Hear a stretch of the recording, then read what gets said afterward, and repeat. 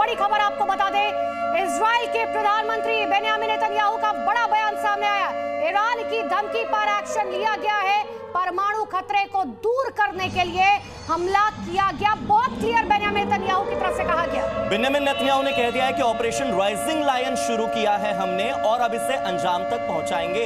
हमारे साथ अकू जी लगातार जुड़े हुए हैं। अकू जी, अपनी बात पूरी कीजिएगा। बेंयामिन नेतन्याहू के इस बयान का जिक्र भी कीजिएगा, क्योंकि वो साफ तौर पर कह रहे हैं कि ऑपरेशन शुरू हुआ है, अंजाम तक तो हम ही पहुंचाएंगे। परमाणु हमलों की धमकी आप दिया करते थे, आप सिर्फ धमकी देते रह गए, हमने कर दिखाया। नहीं, अभी परमाणु हमले की धमकी जो दिया करते थे, इन्होंने कितना किया है। और अभी परमाणु हमले की बात बहुत ज़्यादा नहीं हुई है, लेकिन उनके परमाणु जो जहाँ पर ईरान बना रहा है वो जगह के आसपास उन्होंने हमला जरूर किया है। तो मैं बात कर रहा था राइजिंग लाइन की जो थी, उसमें जैसे यूक्रेन ने रूस में भेजा था। मैं चाहूंगा कि आप इसको पूरा एलाबोरेट कीजिएगा, लेकिन उससे पहले नेतन्याहू ने कहा क्या है ये अपने दर्शकों को सुना देते हैं। आप भी सुनिएगा, फिर उस पर आपका रिएक्शन लूंगा मैं। सुन लीजिए इजराइल के प्रधानमंत्री बेंयामिन नेतन्याहू ने क्या कहा ऑपरेशन राइजिंग लायन के बाद। Tonight I wish to speak to you, the proud people of Iran. We're in the midst of one of the greatest military operations in history, Operation Rising Lion.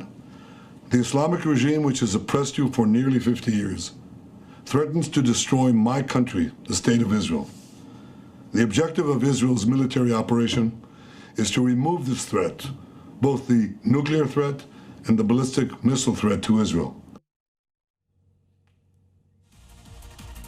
तो आप सुन रहे थे Israel के प्रधानमंत्री Benjamin Netanyahu को। उन्होंने बहुत clear ये कह दिया है कि देखिए, आपने धमकी देने की शुरुआत की, हमने पूरी तरीके से ऑपरेशन को अंजाम दे दिया। आप बार बार परमाणु बम की धमकी दे रहे थे, हमने उसका बदला ले लिया है। संजय सूरी साहब, देखिए इस बार अगर बयानों पर खास तौर पर गौर किया जाए, क्योंकि युद्ध के समय में ये बयान भी बहुत महत्वपूर्ण हो जाते हैं।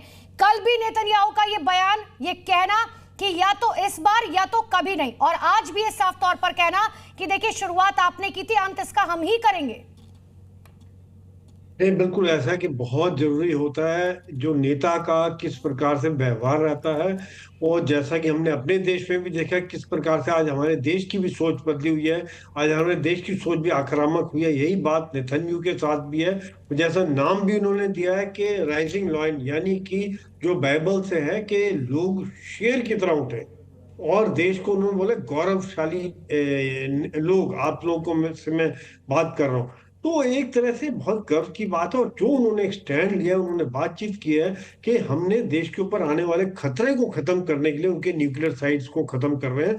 क्योंकि ये बात फैक्ट है कि अगर ईरान न्यूक्लियर ताकत बन जाता है, एटॉमिक ताकत बन जाता है, परमाणु शक्ति बन जाता है, तो पूरा मिडिल ईस्ट का ताकत का डायनामिक्स बदली हो जाएगा। जिस बात का जिक्र आप संजय सूरी साहब कर रहे हैं, इसी बात का डर कई बार जग जाहिर कर चुका है इजराइल बेंयामिन नेतन्याहू कि भाई अगर ईरान बन गया परमाणु शक्ति तो मिडिल ईस्ट के लिए एक बहुत बड़ा खतरा है। मयंक चौबे साहब, देखिए भारत आज के समय में कितना शक्तिशाली है किसी को बताने की जरूरत नहीं है। और जब ईरान और इजराइल एक युद्ध के पैमाने पर खड़े हैं तो इजराइल के प्रधानमंत्री नेतन्याहू किसी और से फोन पर बातचीत नहीं करते, सबसे पहले फोन कर जानकारी देते हैं तो वो पीएम मोदी को देते हैं, जो ये बताता है कि आज के समय में अगर कोई शक्तिशाली देश और शक्तिशाली नेता है तो वो पीएम मोदी है।